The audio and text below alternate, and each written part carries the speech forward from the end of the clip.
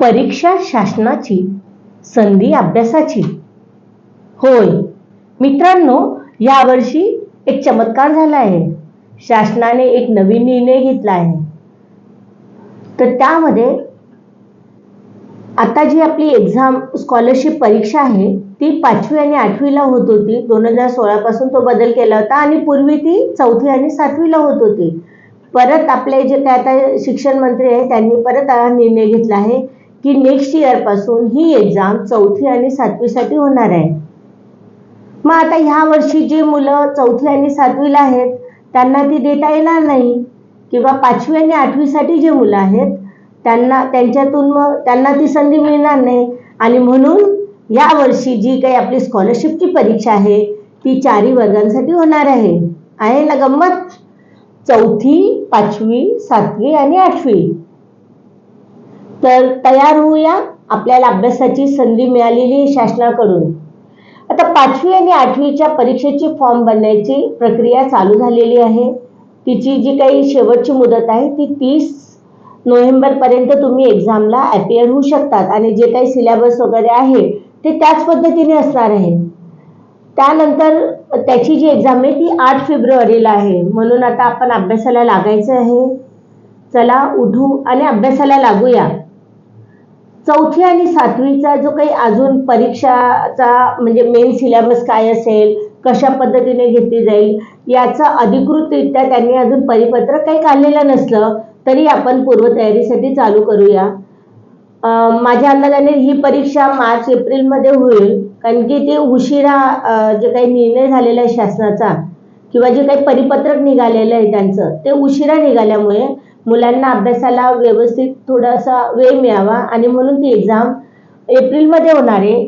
पण तरी आता आपण अभ्यासाला सुरुवात करू शकतो. 4थी आणि 7वीच्या मुलांनाही खूप सुवर्ण संधी आहे. आता बरेच पालकांना असं वाटत असतं की शाळेचा जेवढा लोड आहे मग कशाला आम्हाला एवढ्या कॉम्पिटिटिव्ह एक्झामिनेशनला बसायचं आहे मॅडम, कशाला एवढं लोड घ्यायचं. पण रिस्पेक्टेड पॅरेंट्स, लक्षात ठेवा की हीच आपलं भावी आयुष्याची पूर्वतयारी आहे. स्कॉलरशिप परीक्षेला नका लेखू कमी, भावी स्पर्धा परीक्षांची हेच घेईल हमी. मी आता जवळजवळ 2000 सालापासून मुलांना घडवतोय स्कॉलरशिप परीक्षेला. इवन मी आणि माझे वडील म्हणजे लहानपणापासून आम्ही बघितलेलं आहे, ज्या मुलांनी स्कॉलरशिप परीक्षा दिली, नवोदय परीक्षा दिली, अशा विद्यार्थ्यांनी पुढे आयुष्यात खूप चांगलं असं सक्सेस मिळवलेलं आम्हाला दिसतं आहे. आमचे बरेचसे 1-2 नाहीत हजारो विद्यार्थी हे उच्च पदावर पोहोचले आहेत, IAS झाले, गव्हर्नमेंट एक्झाम पास झाले आहेत. आणि ही जी सुरुवात होते ही लहानपणापासून होते, 4थी 7वीला होते. एका क्षणात कोणतीही गोष्ट होणार नाही आहे की तुम्ही म्हणाल आम्ही 11वी 12वीला गेल्यावर आमचा मुलगा 16-17 तास अभ्यास करेल, हे शक्य नाही.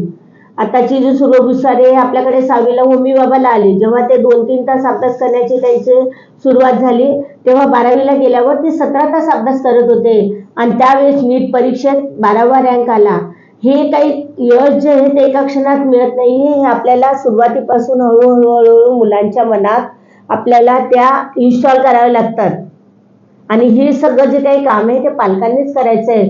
म्हणून माझी पालकांना विनंती आहे की प्रत्येक मुलाला तुम्ही इन्सिस्ट करा. थोडंफार काय होईल, कमी मार्क मिळतील, थोडा लोड पडू द्या ना. उलट जितकं आपण घासणार आहे त्या सोन्याला तेवढं ते चमकणार आहे. हिऱ्याला जितके पैलू पाडाल तेवढी त्याची किंमत वाढणार आहे. त्यामुळे आपण मुलांना स्कॉलरशिप परीक्षेला बसण्यासाठी प्रेरित करा. आमच्या ब्रेन डेव्हलपमेंट स्टडी सेंटरमध्ये स्कॉलरशिप परीक्षेसाठी विशेष वर्ग घेतले जातात. अगदी आता क्रॅश कोर्स परत चालू करत आहोत. नोव्हेंबरपासून 4थी आणि 7वीसाठी पण आहे, इवन 5वी आणि 8वीसाठी आहे. तुम्हाला फक्त टेस्ट सिरीज घ्यायची असेल तर टेस्ट सिरीज आहे. क्रॅश कोर्स घ्यायचे असेल, पूर्ण सिलेबस कंप्लीट करून घ्यायचं असेल, डाऊट सॉल्व्ह करायचे असेल, पर्सनलाइज्ड ट्युटर आमच्याकडे सगळे अवेलेबल आहे. तर ह्या संधीचा आपण अवश्य फायदा घ्या. लिमिटेड सीट्स, आम्ही एका बॅचमध्ये फक्त जागेच्या वेळी आम्ही फक्त 10 ते 20 मुलांना ॲडमिशन देणार आहोत आणि फीस पण आमची खूप कमी आहे. फक्त जे काही आपले झेरॉक्सचे पेपरचं प्रॅक्टिस होणार आहे तुमचे फायनलाइज. आणि आतापर्यंतचा माझा अनुभव आहे की जे स्टुडंटला आमच्या एक्झाममध्ये जसे मार्क्स मिळतात तसेच त्यांना फायनलला मिळालेले आहेत. आणि दरवर्षी आमच्याकडून कमीत कमी 1 ते 2 विद्यार्थ्यांना स्कॉलरशिप मिळालेलेच आहे. असं एकही वर्ष गेलेलं नाही की ज्या वर्षी आपल्या इथून स्कॉलरशिप मिळालेली नाही आहे. त्यामुळे सुवर्ण संधीचा फायदा घ्या. धन्यवाद.